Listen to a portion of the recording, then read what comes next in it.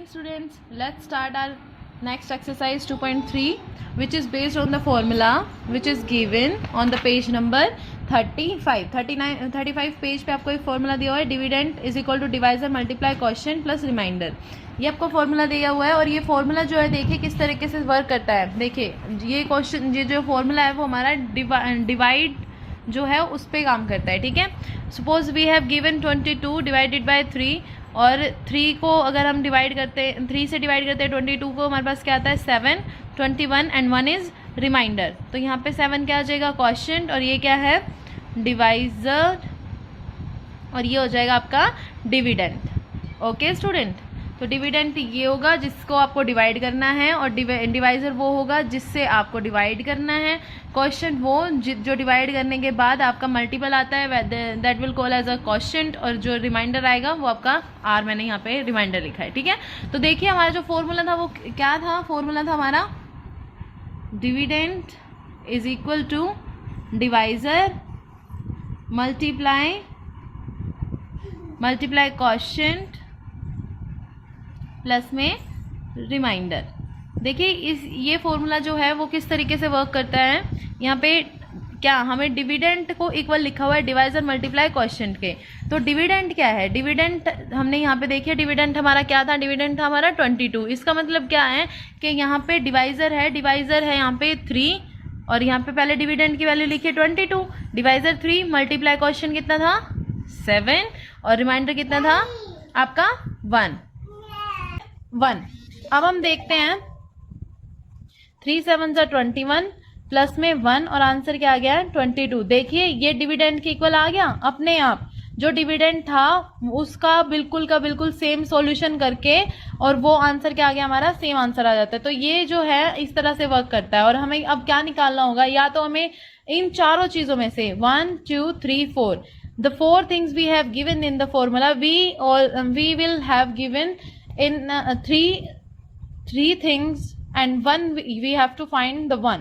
Okay, या तो हमें ये तीनों चीज दी हुई होंगी, हमें रिमाइंडर फाइंड आउट करना होगा, ये तीनों चीजें दी हुई होंगी डिविडेंड फाइंड आउट करना होगा, ये तीनों चीजें दी हुई होंगी ये और ये तीनों चीजें दी हुई होंगी ये और ये डिविडेंड दिया हुआ है क्वेश्चन दिया रिमाइंडर, तो डिवाइजर निकालना होगा। इस तरीके से हमें इस फॉर्मूला को यूज करके अपने क्वेश्चन को सोल्व करना है। देखिए क्वेश्चन नंबर फर्स्ट हम सोल्व करते हैं। देखिए स्टूडेंट्स क्वेश्चन नंबर फर्स्ट क्या है, divide the following and find the question remainder in each case also check your answer. अब क्वेश्चन और रिमाइंडर तो हमने 5th क्लास में बहुत निकाला है, लेकिन अब चेक करने वाली बात है। तो हम चेक कैसे करेंगे, चेक किसी तरह नहीं, सिर्फ और सिर्फ आपको ये वाला फॉर्मूला देखिए ऊपर जो लिखा हुआ है dividend is equal to divisor multiply question plus में रिमाइंडर, ये वाला फॉर्मूला आपको पहले आपको निकालना पड़ेगा रिमाइंडर और उसके बाद इस फॉर्मूला में पुट करके देखना पड़ेगा। और ये फॉर्मूला पुट करने के बाद जब आंसर आपका डिविडेंड के इक्वल आ जाता है तो आपका आंसर बिल्कुल ठीक है। तो देखिए हमने यहाँ पे सोल्व किया हुआ है क्वेश्चन नंबर फर्स्ट। देखिए 2178 डिवाइडेड बाय 18। ठीक है, हमने सिंपल मल्टीप्लीकेशन की है, यहाँ पे 1 to 1 कंप्लीट हमारे पास क्वेश्चन आ गया है। देखिए यहाँ पे हम मेंशन कर देंगे कि क्या क्वेश्चन है। रिमाइंडर यहाँ पे क्या हो जाएगा, रिमाइंडर 0 हो जाएगा और ये क्या हो जाएगा हमारा डिवाइजर। ठीक है, तो यहाँ पे देखिए चेक करने के लिए टू चेक हमने यही फॉर्मूला लिखा, मैंने इसको शॉर्ट फॉर्म में लिखा है dividend D divisor multiply question plus में रिमाइंडर। ठीक है, तो डिविडेंड क्या है 2178, तो 18 मल्टीप्लाई 121 प्लस में 0। ओके, तो 18 मल्टीप्लाई 121 क्या आएगा 2178, आप मल्टीप्लाई करके चेक कर सकते हैं, प्लस में 0 तो आंसर क्या आ गया 2178 आपका डिविडेंड था और आंसर भी आपका 2178 आ गया। तो ये चेक हो चुका है। इसी तरीके से आपको ये तीनों क्वेश्चन करने हैं। देखिए मैंने यहाँ पे किया हुआ है, यहाँ पे हमारा रिमाइंडर 2 आता है तो हम यहाँ 0 की जगह यहाँ पे 2 रख देंगे और जो मल्टीप्लीकेशन आएगी उसमें प्लस करके देखेंगे। देखिए मेरा आंसर यहाँ पे भी सेम आ रहा है, तो ये भी चेक हो चुका है सेम सी पार्ट के अंदर। ठीक है, क्वेश्चन सोल्व करने की कोशिश की, बिल्कुल इजी क्वेश्चन है। ठीक है, तो सेकंड क्वेश्चन देखिए, सेकंड क्वेश्चन दिया हुआ है the product of 2 number is this if one of the number is 236 find the other one. देखिए 2 नंबर का प्रोडक्ट दिया हुआ है। ठीक है, यहाँ पे लिखा हुआ है product of 2 number, 1 number 236 other हमें 236 अदर हमें फाइंड आउट करना है। लेकिन हमें पता है कि एक नंबर मल्टीप्लाई में दूसरा number is equal to product होता है। प्रोडक्ट हमें दिया हुआ है, 1 नंबर हमें दिया हुआ है, सेकंड फाइंड आउट करना है, तो हम बोर्ड मास का फॉर्मूला यूज करेंगे। ठीक है, देखिए सेकंड नंबर यहाँ पे दिया हुआ है और यहाँ पे फर्स्ट नंबर जो दिया हुआ है, सेकंड नंबर हमें फाइंड आउट करना है। तो फर्स्ट नंबर यहाँ मल्टीप्लीकेशन में है तो इधर जाके क्या आ जाएगा, डिवाइड में आ जाएगा, और डिवाइड में आने के बाद आप इसको कंप्लीट डिवाइड कर देंगे और डिवाइड करने के बाद आपका आंसर क्या आ जाएगा, 125। ओके स्टूडेंट्स, वापस से ध्यान दीजिए, प्रोडक्ट ऑफ 2 नंबर दिया हुआ है, 1 नंबर दिया हुआ है, सेकंड नंबर हमें निकालना है, अदर नंबर या सेकंड नंबर आप कुछ भी कह सकते हैं। इस तरह के क्वेश्चन में हमें क्या करना होता है, 1 नंबर हम एज इट इज रखते हैं, जो अदर नंबर निकालना होता है उसको निकालने के लिए जो 1 नंबर दिया जो प्रोडक्ट दी हुई है उसको हम 1 नंबर जो दिया है उससे डिवाइड कर देते हैं। देखिए मैंने यहीं पे यही किया है और यहाँ पे मैंने डिवाइड करके इसको निकाल दिया, तो अदर नंबर मेरा क्या आ जाएगा, तो 125 is equal to other number, ये मेरा 125 क्या आ जाएगा, अदर नंबर आ जाएगा। ठीक है, अब देखिए हमारे पास नेक्स्ट क्वेश्चन क्या आता है, what is the least number that must be added to this to make it exactly divisible by 8 और 9 के 5, 2, 3, 4 के अंदर क्या ऐड किया जाए कि ये परफेक्टली डिविजिबल बाय 8 आ जाए। ठीक है, इसको करने के लिए हमें कुछ नहीं करना है, हमें सिर्फ और सिर्फ जो नंबर दिया हुआ है ना और जिससे एग्जैक्टली डिवाइड करना, उससे पहले हमें डिवाइड करके देखना है कि जो हमारा जो आता है वो क्या बचता है। ठीक है, जो हमारा आंसर आता है वो क्या बचता है। ठीक है, तो हम क्या करेंगे, यहाँ पे हम चेक करेंगे। देखिए हमें दिया हुआ है, हमारा क्वेश्चन है 5, 2, 3, 4, 5, 2, 3, 4। इससे पहले हम डिवाइड करके देखेंगे जिससे एग्जैक्टली डिविजिबल करना है। ठीक है, तो पहले ही किस पे जाएगा, 48 पे जाने के बाद यहाँ पे 4 और 3, ये जाएगा 5 पे, और यहाँ पे आ जाएगा 34 और ये जाएगा 4 पे एंड 32, और रिमाइंडर क्या आ गया, 2। और इसका क्वेश्चन क्या है कि what must be added to this, कि इसके अंदर क्या ऐड किया जाए, इसके अंदर मैं क्या ऐड करूं कि कंप्लीटली डिवाइड हो जाए। तो कम से कम यहाँ पे क्या होना चाहिए, 8 होना चाहिए, तो 1 से जाने के लिए, क्योंकि 0 पे तो जा नहीं सकता ना, तो यहाँ पे 2 है, और 2 को 8 बनाने के लिए मुझे क्या करना पड़ेगा कि मुझे इसमें कुछ ऐड करना पड़ेगा। और क्या ऐड करना पड़ेगा, मैं 8 में से अगर 2 को माइनस कर दूं तो मेरे पास वो नंबर आ जाता है कि जो मुझे इसके अंदर ऐड करना है और जो कंप्लीटली डिवाइडेड होगा इससे। ठीक है, तो मैं क्या करूंगी, 5, 2, 3, 4 plus 6 is equal to 5, 2, 4, 0। This is the number is exactly divisible by 8। देखिए अगर आप डिवाइड करके देखना चाहते हैं तो देख सकते हैं, यहाँ पे हमने 4 0 रखना है। ठीक है, 48 यहाँ पे एज इट इज, यहाँ पे 4 उतर जाएगा, यहाँ पे 4 और ये 0, और ये 40 से पूरा कंप्लीट चला जाएगा, और ये चला जाएगा 5 पे। सिंपल, ये हो गया कंप्लीटली डिवाइड। तो कौन सा क्या ऐड करना है हमने इसके अंदर, 6 हमने ऐड करना है। ऐसे ही हम क्वेश्चन नंबर 9 ट्राई करेंगे। ठीक है, अब क्वेश्चन नंबर थर्ड का बी पार्ट ट्राई करेंगे। यहाँ पे देखिए 581 यहाँ पे आ गया है हमारा 9, और यहाँ पे 5 आया है, तो हम यहाँ क्या करेंगे, हम यहाँ करके देखेंगे कि 9 minus 5 is equal to 4। So यहाँ पे देखिए, यहाँ पे हमने किया था 581, so 4 should be added to the 5 to 3 to make it perfectly divisible by 9। ठीक है, to make it divisible by 9, completely divisible by 9 हमें ये करना पड़ेगा। ठीक है, तो हमें क्या लिखना पड़ेगा यहाँ पे कि 4 should be added to 5, 2, 3, 4 to make it divisible by 9। Okay students, ठीक है।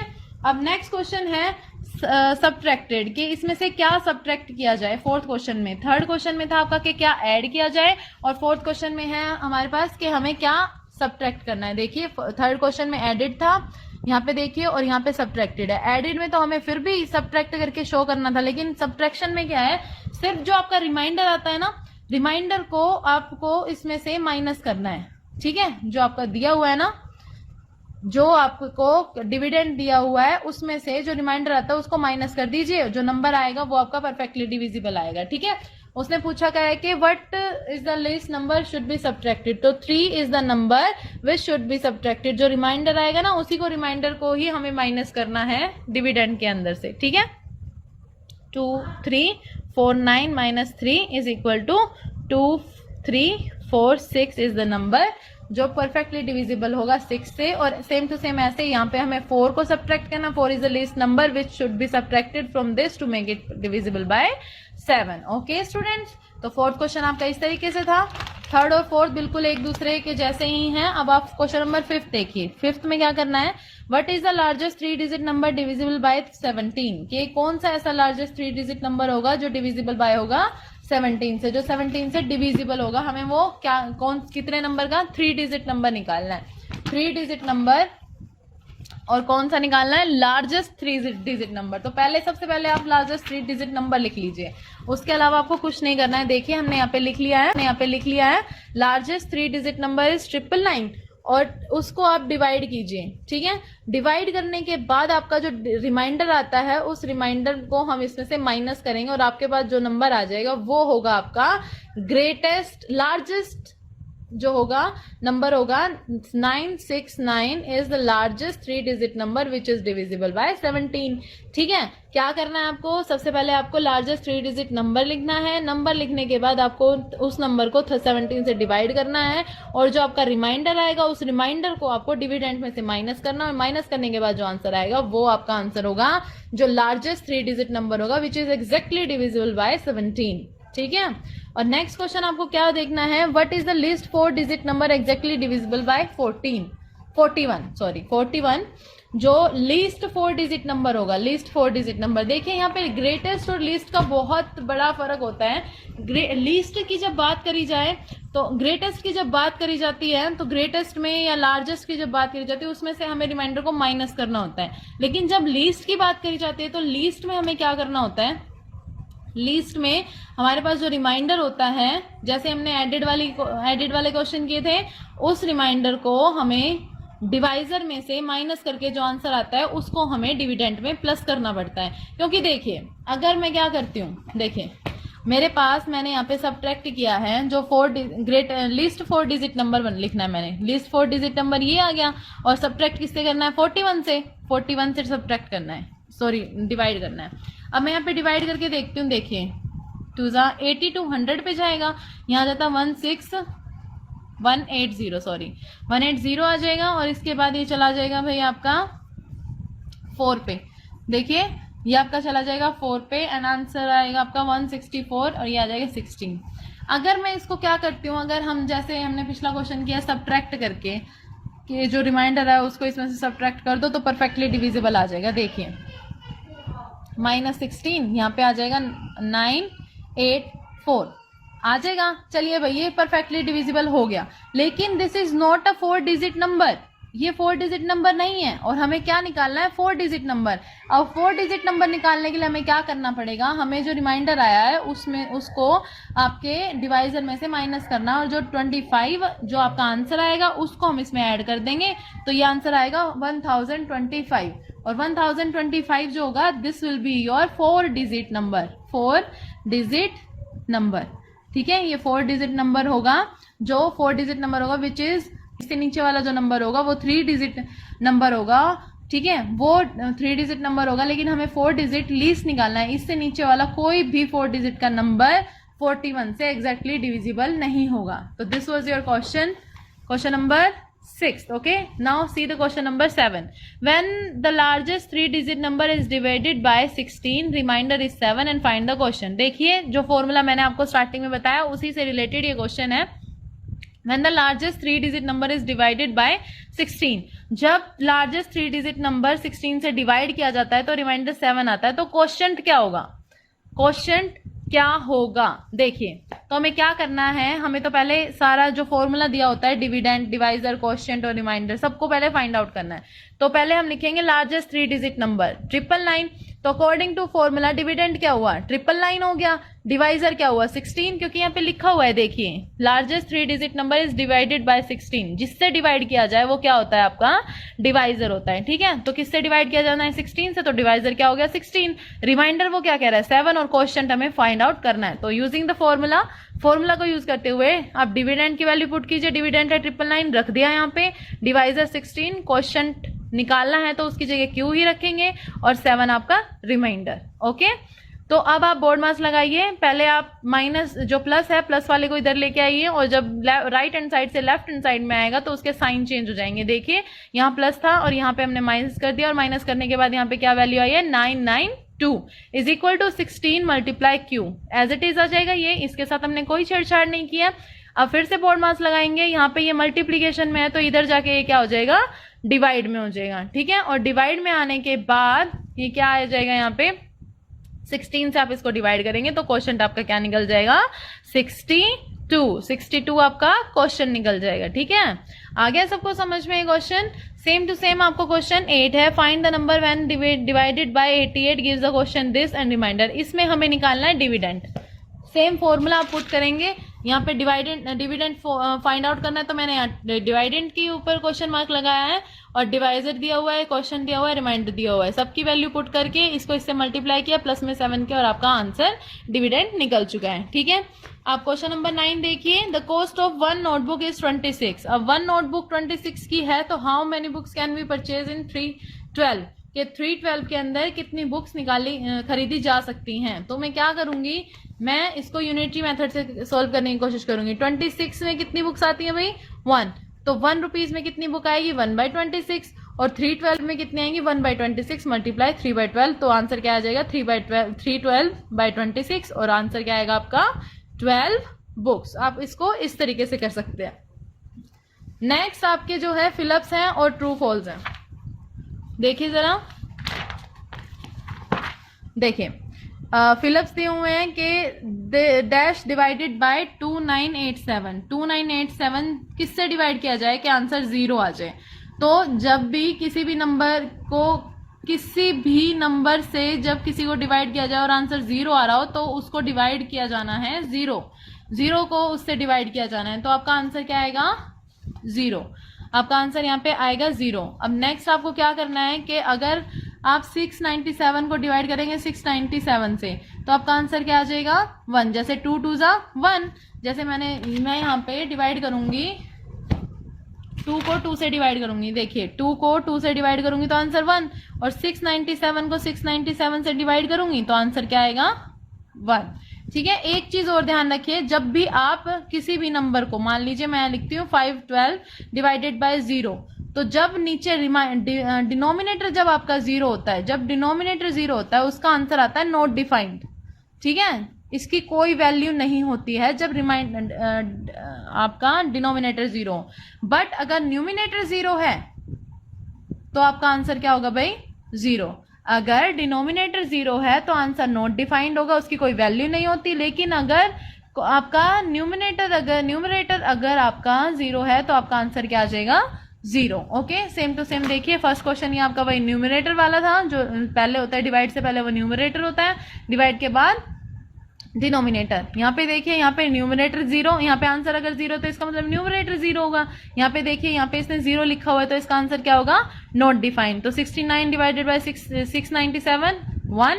अब देखिए 3805 divided by something which gives you 1। देखिए किससे डिवाइड किया जाए 3805 को कि आपका आंसर 1 आ जाए, तो ऑब्वियस सी बात है 3805 को 3805 से हम डिवाइड करेंगे, ठीक है। और नेक्स्ट इज, अगर किसी नंबर को 1 से डिवाइड किया जाए तो आंसर 1 वो नंबर ही आता है, तो इसका मतलब इसको किससे डिवाइड किया गया है, 3873 से 3 को, ठीक है। अब आपका ट्रू और फॉल्स आते हैं, ठीक है।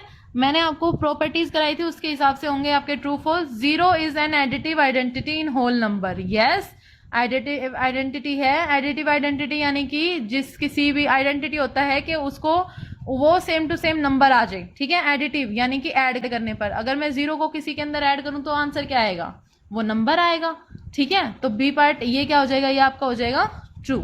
ओके, बी देखिए, division is commutative over whole number. Division तो कभी कॉम्यूटेटिव हुआ ही नहीं है, ठीक है। किसी भी प्रॉपर्टी में डिवीजन और सब्ट्रैक्शन जो था वो कभी भी होल्ड किया ही नहीं है किसी भी प्रॉपर्टी में। ये आपको याद है, मैंने लास्ट सारी प्रॉपर्टीज के एंड में लिखवाई है ये चीज कि division and subtraction does not hold for this property, right. तो सी पार्ट देखिए, multiplication is associated over natural number. Yes, multiplication बिल्कुल एसोसिएटिव है। डी पार्ट देखिए, division bye 0 is not possible. Yes, देखिए मैंने आपको यहाँ बताया है डिवीजन बाय 0, किसी भी नंबर को 0 से डिवाइड किया जाए तो answer not possible. Yes, not possible आएगा इसका, not defined, not possible, can not find, इस तरीके के आंसर आएंगे इसके, तो ये भी बिल्कुल ट्रू है। अभी तक सिर्फ हमारा बी पार्ट है वो फॉल्स आया है। ई पार्ट देखिए, multiplication distribute over addition, distributive property को इसने डिस्ट्रीब्यूट लिखा है यहाँ पे, तो मल्टीप्लीकेशन और एडिशन दोनों एक प्रॉपर्टी में आती है which is a distributive property. तो this is also true. Any whole number divided by 1 the number itself, any whole number, कोई भी होल नंबर जब 1 से डिवाइड किया जाता है तो नंबर आंसर ही होता है, आंसर जो होता है वो नंबर ही होता है। यस होता है भाई। 1 divided by a whole number gives a whole number, एक को जब होल नंबर से डिवाइड किया जाता है तो आंसर होल नंबर आता है। देखिए क्या कह रहा है कि जब 1 को मैं किसी होल नंबर से डिवाइड करूं तो आंसर मेरा 1 आएगा, होल नंबर आएगा। दिस इज रॉन्ग, आंसर मेरा 1/5 आएगा। कभी भी ना तो वो होल नंबर आएगा ना वो 1 आएगा, वो 1/5 या 1 होल नंबर जो हम जिससे हम डिवाइड कर रहे हैं वही आपका आंसर होगा। तो ये आपका फॉल्स होगा। यहाँ पे बी फॉल्स है और आपका जी फॉल्स है, बाकी सब बिल्कुल करेक्ट है। Okay students, so this was your exercise 2.3 which we have completed today. Okay.